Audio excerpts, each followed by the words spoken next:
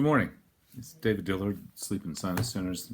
Thought I'd talk a little bit today about the safety of balloons versus the safety of regular sinus surgery, and a little bit of difference about what you've been taught by your friends and family, and all of the different things you may have heard about sinus surgery, and so that you have a better understanding of what you're dealing with.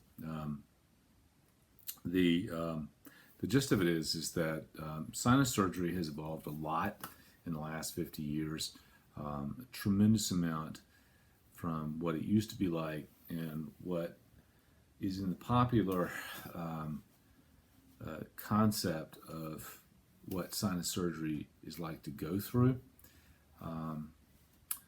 That perception still is probably good 20 years behind where we actually are. So let's talk about a little bit about the differences between sinus surgery, what actually happens, and sort of where we were and where we are now. And then talk a little bit about the safety profile of all of these topics. So the milestones in sinus surgery, it turns out the sinuses, most people don't even understand what they are. They're like little out pouchings or rooms on the side of the central channel of the nose that you breathe through, and so the gist of it is that you can have all kinds of fluid that gets stuck in these, or swelling that causes you not to be able to breathe. And so as far back as at least 90 years ago, people started working on trying to drain these pockets of pus, because they knew that getting pus out of the body was helpful. I mean, if you left alone, sinusitis without antibiotics can be a very bad problem and can cause everything from meningitis to mastoiditis and a few other things.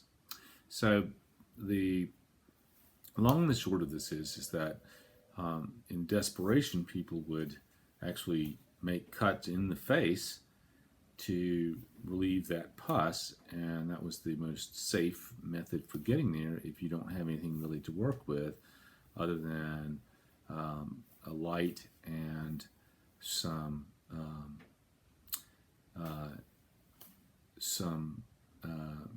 hand tools.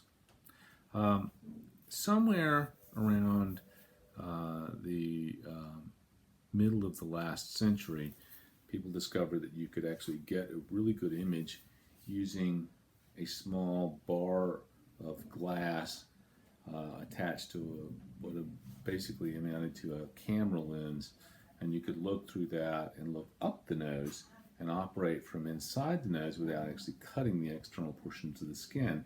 And several of the sinuses worked pretty well from doing that, and it really became popular in the United States in the 80s. And it was popularized by Dr. Kennedy and a bunch of other people. Messerklinger was instrumental in Europe in making this a technique that developed. But in doing that, without all the technology that we had, there were some significant complications. To begin with, it was uncomfortable still. There's a lot of packing and a fair amount of pain afterwards, even without doing the open procedures. And it bled quite a bit, which required them to put packing in the nose. And you may have heard of people pulling 6 foot of tape out of the nose, or 6 feet of string out of the nose, and that's pretty much what they had to work with. It was Vaseline on a piece of cotton that was 6 feet long that they stuffed in the nose. The techniques have gotten better. The packing now is much more easy to deal with. It can be dissolved. There's dissolvable packing. There are better agents to stop bleeding, and so it's not nearly as much of a problem. But even with that, there's some other improvements that have actually improved the safety of the procedure. Now, if the sinuses are between the eyes and underneath the brain and underneath the eyes and in front of the eyes up front and brain, you can imagine that there are times when that may not have such great outcomes, and it's possible to have damage to those surrounding structures, which is a rare occurrence even still, but can happen. And it's a terrible event to see, but it is nonetheless a possibility. So we want to look at safety and how much that's improved with sinus surgery in the last 15, 20 years. One of the things that's come along is that we've basically taken a page from the GPS book and allowed ourselves to have the images from the CTs displayed on the side, kind of like a heads-up display. When you're traveling in your car, you can tell where you're going to turn, you can look at the road signs, and you can check it against the map, and so that makes things easier to deal with. And then there are techniques that have gotten better about making things much easier to visualize, which of course increases the safety. But there's still a very small but real incidence of minor to major complications from the sinus surgery. Bleeding is still a bit of a problem and sometimes requires additional treatment, and that is a possibility that just you need to be aware of. There's some other things. All those things you need to discuss with your doctor. The sinuplasty technology was intended to allow us to get people who have relatively minor sinusitis over their problem with much less recovery time, because it essentially pushes things open but doesn't really cut anything. So there's not a lot of bleeding, and there's not a lot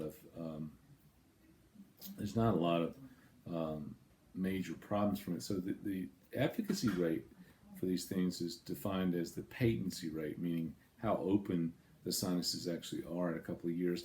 And the sinuplasty / balloon sinus dilation has approximately the same patency rate as regular sinus surgery over large groups of people.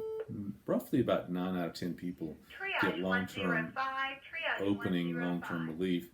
But that's the other good thing about this new technology is that it does allow us then to also have a bit of an increased safety factor, because to date there's never been a major complication during the sinuplasty as opposed to regular sinus surgery. Granted, the disease is much less.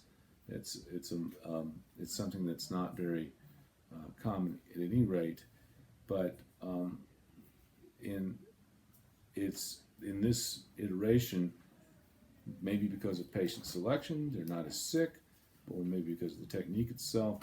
When you're considering this is an extraordinarily safe technique and fairly effective for most people. So it's something to sort of use as another tool to help you get over things. Again, all these things need to be discussed with your surgeon.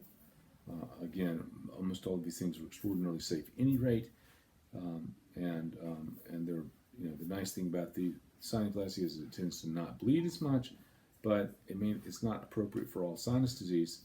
There's certainly some things that it's not appropriate for, but it is another tool and another technique to be considered and to allow you to address your problems, and something to discuss.